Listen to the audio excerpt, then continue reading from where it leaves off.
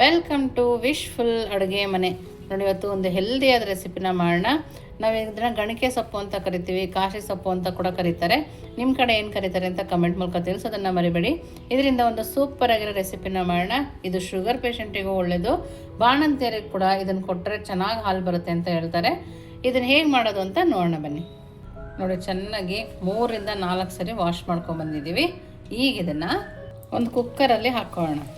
ನೋಡಿ, ನಾನು ಇದನ್ನು ಕಟ್ ಮಾಡಿಲ್ಲ, ಹಾಗೆ ಹಾಕ್ಕೊಳ್ತಾ ಇದ್ದೀನಿ. ಊರ ಕಡೆ ಅಂತೂ ತುಂಬ ಚೆನ್ನಾಗಿ ಸಿಗುತ್ತೆ. ಹೊಲದ ಕಡೆ ಹೋಗಿ ತಂದು ಮಾಡ್ಬೋದು. ನೋಡಿ, ಇವಾಗ ಇದಕ್ಕೆ ನೋಡಿ 1 ಗ್ಲಾಸ್ ಆಗೋಷ್ಟು ನೀರನ್ನು ಹಾಕ್ಕೊಳ್ತಾ ಇದ್ದೀನಿ. ಸೊಪ್ಪು ಮುಳುಗೋಷ್ಟು ನೀರು ಹಾಕೊಂಡ್ರೆ ಸಾಕು. ನೋಡಿ, ಅದೇ ಕುಕ್ಕರಲ್ಲಿ ಒಂದು ಬೌಲಲ್ಲಿ ಕಾಳನ್ನ ಇಟ್ಕೊಳ್ತಾ ಇದ್ದೀನಿ. ಅಲಸಂದೆ ಕಾಳನ್ನ ತೊಗೊಂಡಿದ್ದೀನಿ. ಅದಕ್ಕೂ ಸ್ವಲ್ಪ ನೀರನ್ನು ಹಾಕಿ ಸ್ವಲ್ಪ ಉಪ್ಪನ್ನು ಕೂಡ ಸೇರಿಸ್ಕೊಳ್ತಾ ಇದ್ದೀನಿ. ಇವಾಗ ಲಿಡ್ಡನ್ನು ಕ್ಲೋಸ್ ಮಾಡಿ ಇದನ್ನು ಬೇಯಿಸ್ಕೊಳ್ಳೋಣ. ಲಿಡ್ಡನ್ನು ಕ್ಲೋಸ್ ಮಾಡಿ 1-2 ವಿಸಲ್ನ ಕೂಗಿಸ್ಕೊಂಬರೋಣ. ನೋಡಿ, ಅದು ವಿಸಲ್ ಆಗೋಷ್ಟರೊಳಗೆ ಒಂದು ಮಿಕ್ಸಿ ಜಾರಲ್ಲಿ ಮಸಾಲೆ ರುಬ್ಕೊಳ್ಳೋಣ. 1 ಸ್ಪೂನ್ ಆಗೋಷ್ಟು ಜೀರಿಗೆ, ಹಾಗೆಯೇ ಸಣ್ಣದಾಗಿ ಕಟ್ ಮಾಡಿರೋ ತೆಂಗಿನಕಾಯಿ, ಹಾಗೆಯೇ 1 ಈರುಳ್ಳಿನ ಕಟ್ ಮಾಡ್ಕೊಂಡಿದ್ದೆ, ಅದನ್ನು ಕೂಡ ಸೇರಿಸ್ಕೊಳ್ತಾ ಇದ್ದೀನಿ. ಹಾಗೆಯೇ ಬೆಳ್ಳುಳ್ಳಿ. ನೋಡಿ, ವಿಸಲ್ ಕೂಡ ಆಗಿದೆ. ಸ್ಟವ್ನ ಆಫ್ ಮಾಡ್ಕೊಳ್ತೀನಿ. ನೋಡಿ, ಇವಾಗ ಖಾರಕ್ಕೆ ಹಸಿಮೆಣಸಿನ್ಕಾಯಿ ಹಾಕ್ಕೊಳ್ತಾ ಇದ್ದೀನಿ. ನಿಮಗೆ ಹಸಿಮೆಣಸಿನ್ಕಾಯಿ ಬೇಡ ಅಂತಂದರೆ ಖಾರದ ಪುಡಿ ಬೇಕಿದ್ರೂ ಹಾಕೋಬೋದು. ಇದಕ್ಕೇ ಸ್ವಲ್ಪ ಕೊತ್ತಂಬರಿ ಸೊಪ್ಪನ್ನು ಹಾಕ್ಕೊಳ್ತಾ ಇದ್ದೀನಿ.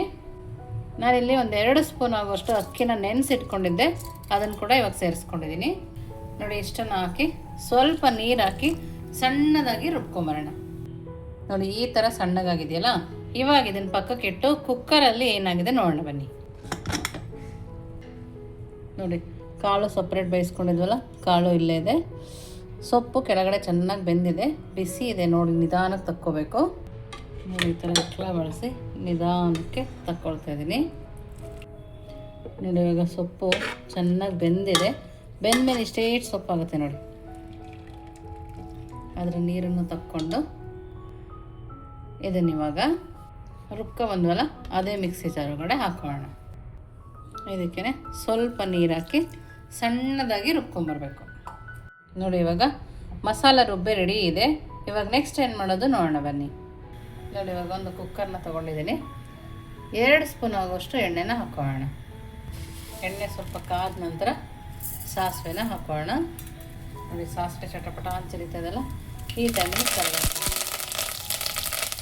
ಮಿಕ್ಸಿ ಮಾಡ್ಕೊಂಡ್ವಲ್ಲ ಮಸಾಲ ಖಾರ, ಅದನ್ನು ಸೇರಿಸ್ಕೊಂಡು ಈಗಲೇ ತುಂಬ ಘಮ ಅಂತ ಇದೆ.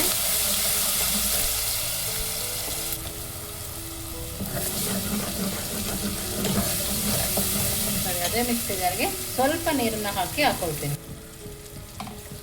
ನೋಡಿ, ಇವಾಗ ಅದೇ ಮಿಕ್ಸಿ ಜಾರಿಗೆ ನೀರನ್ನು ಸೇರಿಸಿ ಹಾಕ್ಕೊಂಡಿದ್ದೀನಿ. ಅದು ನೀಟಾಗಿ ತಯಾರಿಸ್ಕೊಳ್ಳೋಣ.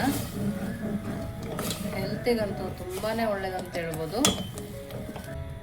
ಇವಾಗ ಈ ಥರ ಕೈ ಆಡಿಸಿದ ನಂತರ ನಾವು ಅದರ ಜೊತೆಗೆ ಬೇಯಿಸ್ಕೊಂಬಂದ್ವಲ್ಲ ಕಾಳು, ಅದನ್ನು ಕೂಡ ಇವಾಗ ಹಾಕೋಣ. ನೋಡಿ, ಅದನ್ನು ಹಾಕ್ಕೊಂಡು ಒಂದು ಕುದಿ ಬರೋ ತನಕ ಕುದಿಸ್ಕೊಂಬರ್ಬೇಕು. ನೋಡಿ, ಒಂದು ಕುದಿಯೋಕ್ಕೆ ಸ್ಟಾರ್ಟ್ ಆದ ತಕ್ಷಣ ರುಚಿಗೆ ತಕ್ಕಷ್ಟು ಉಪ್ಪನ್ನು ಹಾಕಿ ಇದನ್ನು ಚೆನ್ನಾಗಿ ಕುದಿಸ್ಕೊಳ್ಳೋಣ.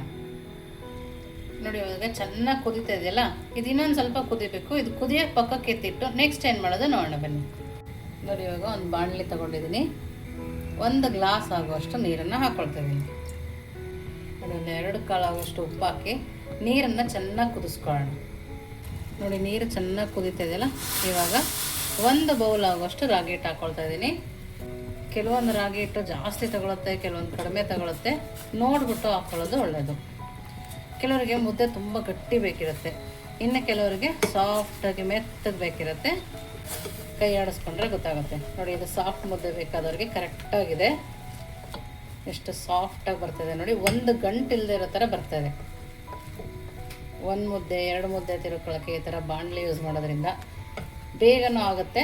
ಮಾಡೋದು ಕೂಡ ಸ್ವಲ್ಪ. ಹಬ್ಬ ಮುದ್ದೆ ಮಾಡಬೇಕು ಅಂತ ಏನು ತಲೆನೂ ಅನಿಸಲ್ಲ, ಬೇಗನೆ ಆಗೋಗುತ್ತೆ.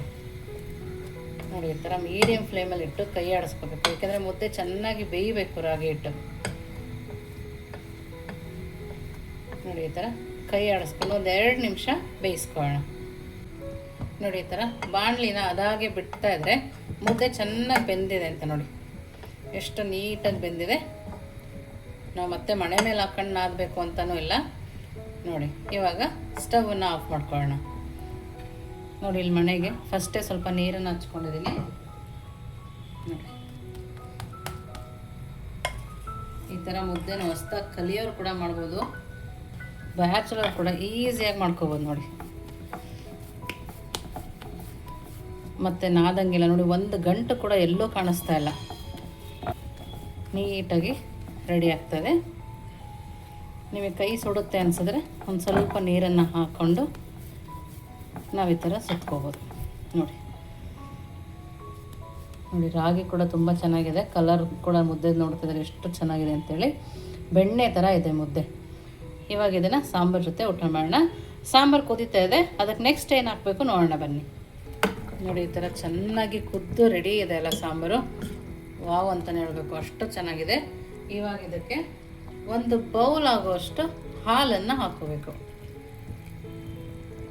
ಕಾಶಿ ಸೊಪ್ಪಿನ ಹಾಲು ಸಾರು ಅಥವಾ ಗಣಕೆ ಸೊಪ್ಪಿನ ಹಾಲು ಸಾರು ಅಂತನಾರು ಕರಿಬೋದು.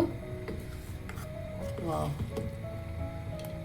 ನೋಡಿ ಎಷ್ಟು ಚೆನ್ನಾಗಿದೆ ನೋಡಿ. ನಾವು ಹಾಲು ಹಾಕಿದ್ಮೇಲೆ ಜಾಸ್ತಿ ಕುದಿಸ್ಕೊಳ್ಳಲ್ಲ. ಇವಾಗ ಹದವಾಗಿ ರೆಡಿಯಾಗಿದೆ. ಇವಾಗ ಸ್ಟವನ್ನು ಆಫ್ ಮಾಡಿಕೊಂಡು ಸರ್ವ್ ಮಾಡ್ಕೊಳ್ಳೋಣ. ನೋಡಿ ಇವಾಗ ಬಿಸಿ ಬಿಸಿ ಮುದ್ದೆ ಮಾಡ್ಕೊಂಡ್ವಲ್ಲ, ಮುದ್ದೆ ಕೂಡ ರೆಡಿ ಇದೆ. ಗಣಕೆ ಸೊಪ್ಪಿನ ಹಾಲು ಸಾರು ಕೂಡ ರೆಡಿ ಇದೆ ನೋಡಿ. ವಾವ್ ಅಂತಲೇ ಹೇಳಬೇಕು, ಅಷ್ಟು ಚೆನ್ನಾಗಿ ಕಾಣಿಸ್ತಾ ಇದೆ. ಇದ್ರ ಜೊತೆಗೆ ಸೌತೆಕಾಯಿ ಅಥವಾ ಹಪ್ಪಳ ಯಾವುದು ಬೇಕಾದ್ರೂ ಚೆನ್ನಾಗಿರುತ್ತೆ ನೋಡಿ. ತುಂಬ ಅಂದರೆ ತುಂಬಾ ಚೆನ್ನಾಗಿ ಕಾಣಿಸ್ತಾ ಇದೆ, ನೀವು ನೋಡ್ತಿರ್ಬೋದು ಎಷ್ಟು ಚೆನ್ನಾಗಿ ಕಾಣಿಸ್ತಾ ಇದೆ. ಕಾಳು ಕೂಡ ನೋಡಿ ಎಷ್ಟು ಚೆನ್ನಾಗಿ ಬೆಂದಿದೆ ಅಂಥೇಳಿ. ಒಂದು ಸರಿ ಈ ಥರ ಕೈಯಲ್ಲಿ ಹತ್ಕೊಂಡು ಮುದ್ದೆನ ಈ ಥರ ಮುರಿದು ತಿಂತಾ ಇದ್ದರೆ ನಾವು ಊರಿಗೆ ಹೋಗಿ ಬಂದಷ್ಟೇ ಖುಷಿಯಾಗುತ್ತೆ ನೋಡಿ. ವಾ ತುಂಬ ಅಂದರೆ ತುಂಬ ಚೆನ್ನಾಗಿದೆ. ಖಂಡಿತವಾಗ್ಲೂ ನೀವೊಂದು ಸರಿ ಮಾಡಿ ಹೇಗಿತ್ತು ಅಂತ ವಿಶ್ಫುಲ್ ಅಡುಗೆ ಮನೆಗೆ ಕಮೆಂಟ್ ಮೂಲಕ ತಿಳಿಸೋದನ್ನು ಮರಿಬೇಡಿ. ನೀವಿನ್ನೂ ನಮ್ಮ ಚಾನಲ್ ಲೈಕ್ ಮಾಡಿಲ್ಲ, ಲೈಕ್ ಮಾಡಿ, ಶೇರ್ ಮಾಡಿ, ಸಬ್ಸ್ಕ್ರೈಬ್ ಮಾಡಿ. ವಿಶ್ಫುಲ್ ಅಡುಗೆ ಮನೆಗೆ ಥ್ಯಾಂಕ್ ಯು.